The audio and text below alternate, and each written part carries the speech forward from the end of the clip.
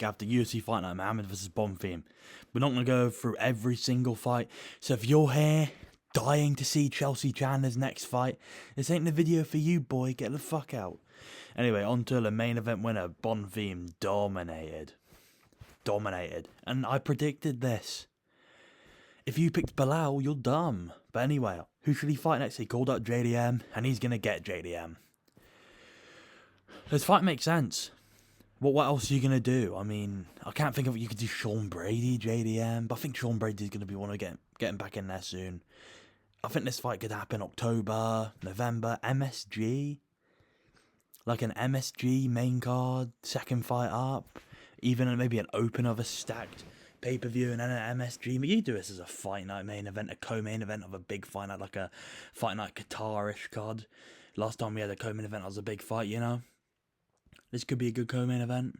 This could be definitely a main event of an Apex card, or just a main event of a, maybe a Brazil fight night, 5 rounds. This is a sick fight though, actually close, but Bonfim would dominate with grappling and calf kicks. It'd be similar to the Makachev fight, not as dominant, no, maybe like a 3-2 or a 29-28, but we've seen with these welterweight also, yeah.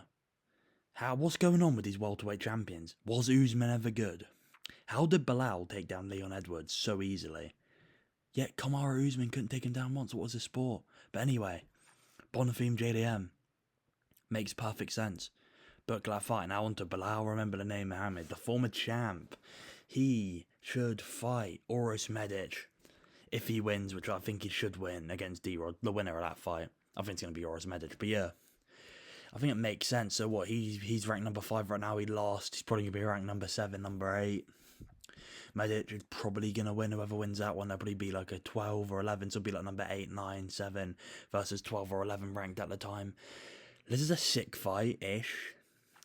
And it actually is winnable for Bilal. Okay, it is winnable, but I kind of doubt he'd win this. I think Oros Medic would slime him out. In welterweight, it's the end of the era of the 5'10", 5'11 guys. Of course, the champion is Makachev's 5'11", 5'10". But when he goes, and maybe Gary will beat him, I do doubt that though. But he's the odd one out. If we look at the top 5, the rest are all tall, rangy guys. And Oros Medic is a tall, rangy guy. I don't think Oros Medic is on that level at all though. But he's lined up Jeff Neal, who has probably a better chin than... does he? Maybe not, but he has known for having a good chin, and maybe Pratos did take his chin. But you slimed him out bad. I think he's going to slime out D-Rod bag. And Bilal took a bit of damage. I think Oros Medic is going to take no damage against D-Rod. Do this September, October, November, December at the latest, you know? That makes sense. This can be on a fight night, an Apex co-main event. I could see this. This could be on a Abu Dhabi. This is screaming in Abu Dhabi. Main card opener, second fight on the main card fight. So yeah, Bilal Muhammad versus Oros. Bilal could retire. That could be also it. Bilal could retire. If he wants to stay, which I think he will stay, this fight makes good sense for him. This fight makes a lot of sense to him. Now to big old Brendan Allen. Won his fight. I think he should fight Caio Braujo. Braujo was supposed to fight Joe Pyfer. Recently pulled out of the fight. The fight wasn't even announced, but he put on social media saying he's been injured and he can't fight. So Brendan Allen took a bit of damage. He'll come back at the end of the year. I'm sure Braujo can come back November time, October time. This would make sense. This is a good fight night, Apex main event maybe, or this could be something like that, or maybe a Brazil fight night. Could be put on a pay-per-view.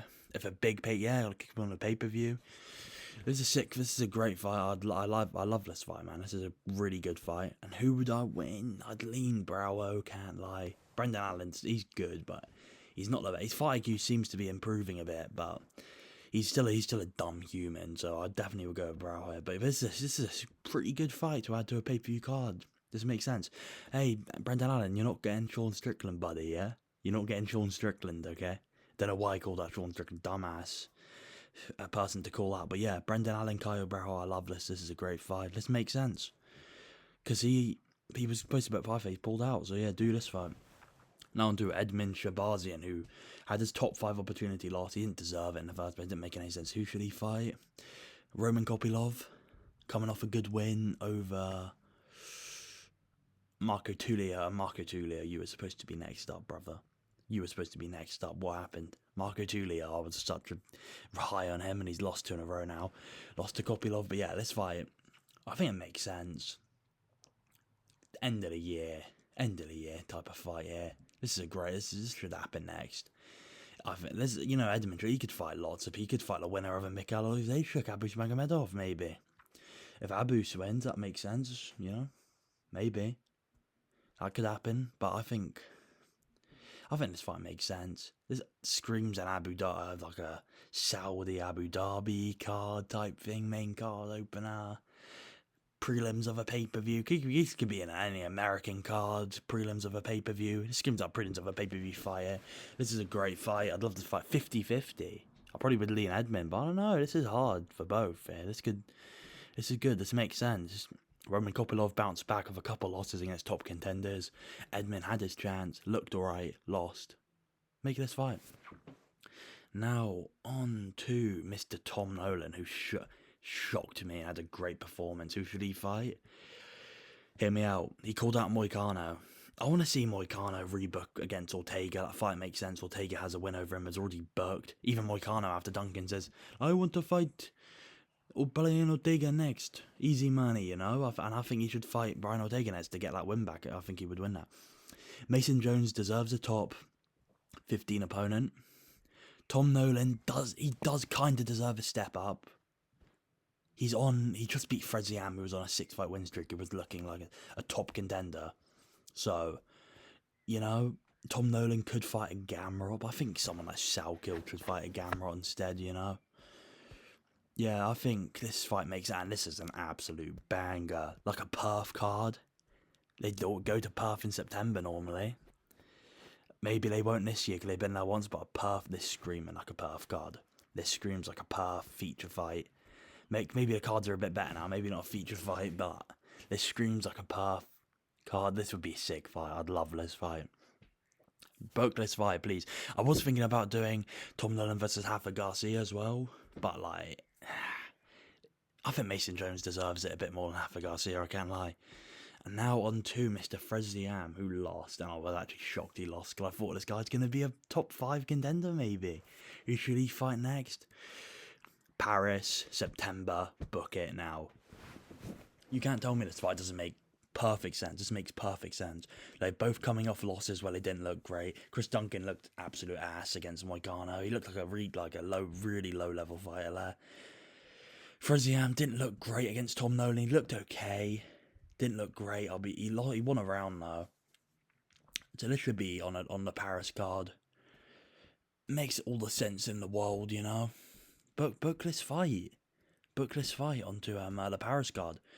Freziam didn't take too much damage. Duncan did take a bit of damage, but I think he's probably going to be he's going to be recovered, wanting to get fight again by the end of the year. September, Paris, main card fight. They both recently kind of got fraud checked. No, yeah, I'd say it was a fraud check for both, because they're both never going to be top contenders now. Book this fight. I can't believe Ziam lost to Nolan, bro. That's crazy. But yeah, book this fight, and this is a banger fight, dude. This is a scrap, probably. Could be Ziam domination, actually, but could be a scrap as well. Duncan's he's a tough cunt. He's from he's from Scotland, bro. Anyway, now on to Bryce Mitchell, who had a good performance, but boring as shit. I can't lie. I hate it. I find it so dull. Who should he fight? This is a really, really interesting fight. They're both 2-0 in the bantamweight division. They both need to step up. Winner of this fight gets a top 15 or a top 10. Probably top 15. I love this fight. Could go either way. Wicklak, they're both grapplers, right? Mitchell more of a wrestler. Jakub Wicklak is a submission guy. Gillies are his thing. Mitchell sticks his head in subs. He does. He sticks his head in gillies. He sticks his head in chokes around his neck when he shoots takedowns. And that's Jakub's game. But also Mitchell could piece him up on the feet in moments and hold him down out wrestling. So this is a really interesting fight. This is great. I want to see this fight, bro. Pay-per-view, prelim. I don't want this activity. Mr. Jakub, he's supposed to fight on this card. I want to see this in a month and a half, 2 months. 330, UFC 330 prelims. bantamweight, and this makes all the sense. I want to see this fight happen. This is such an interesting style clash here. Two high-level grappler versus wrestlers, probably going to be scrambled. Probably not going to be boring, because Mitchell is he's dull as hell a lot of the time. This is probably would be a banger, because they're both going to be high-level on the ground. Mitchell could smudge him and hold him, but I doubt that, to be honest. I see both fighters scrambling here, back and forth, maybe striking. And this could be a Jakub. This is a 50-50, dude, so I want to see this fight when it gets top 15 of this. Now on to Iwo Baranowski. Alonzo Manifield. Give him someone to slime out. This is a good fight. This makes sense. I think he'd won 3 in a row, and it was 3 bottom feeders, but still. He destroyed them all easily and looked great. To be fair, but going to war with Bazan. This could be an Alonzo Manifield fraud check slime out, like we just saw against Zhang Mingyang. It's very possible. This is a good, get him into the top 15. He's not a top contender at all. Manifield sucks. Someone's going to get slimed out. Probably going to be Alonzo Manifield, but you never know. He's crafty, dude. He can pull it off. Yeah, not much to talk about. This is just a banger. Make this fight happen. Again, prelims of a pay-per-view, dude. This would be sick. Like a European fight night. Paris. Again, dude. Paris could be cooked with my matchmaking. Could be cooking. Cooking up an amazing card, but yeah. Yeah, book this shit now, please. This makes all perfect sense. Manifield took no damage. Iwo took no damage. Book the fight. Now on to Alejandro Costa. I'm not going to go for all the prelims. I'm going to go for 2 or 3. Okay? Who should Costa fight? Dude, tell me this is not an amazing fight. Tell me this is not an absolute banger. This is generational, dude. Jose Ochoa looked really good against Clayton Carpenter. Costa's won 2 in a row, looking good in both. Book this fight. This is perfect matchmaking by me here. This is like a cinema fight. This could be like a fight of the night of any card. This is a scrap. This is like a real scrap here. This needs to happen, dude. Make this shit, dude. This would be amazing. If they make this fight, watch I'll put it in the Apex. This deserves a crowd. Jose Ochoa, Alejandro Costa, tell me you're not a fan of that. You're not an MMA fan if you don't love this fight. This is an amazing fight. This is amazing. Now on to Marcus McGee, who had a bit of a shitty performance again. I thought he should have finished Giannis, but give him Rob Font. Active. I want this in 2 or 3 months. Rob Font he had a fight against Roras, took no damage. McGee didn't really take any damage. He took a little bit, but not bad. And he's 36. This will be his last rounds of running to the top 5. And I don't think he's a top contender after seeing that performance. He didn't look great. Looked good against Jan though. So he is good. And Jan's a bloody champ right now. Who, in my opinion, he's unbeatable right now. So this should be a McGee masterclass. Rob Font's tough. Rob Font is fighting a striker though, so it's going to be they're both good. McGee could grapple here, but I reckon he'd strike, He'd make it fun. So yeah. This is a good fight. McGee, make this fight happen, please. This is great. Again, on a pay-per-view prelims, book it, or any fight night. You could stick it in the Apex if you want. I'd hope not, though. So yeah, do I have any more in here? I do, yes. Edgar Shirez versus Tagir Lembekov. That's a good fight. That makes it. Dude, Edgar shocked me with that win. I thought he was going to get smoked by Silva. I thought Silva was going to do a 30-27, 30-26 masterclass or maybe finish him, but I was very wrong. Shirez looked really dominant. Tagir got his ass whooped against Koji Horiguchi. Tagir's not good. Get him gone. Give him Edgar Shirez. Edgar Shirez probably would win, but it's a close fight. So yeah.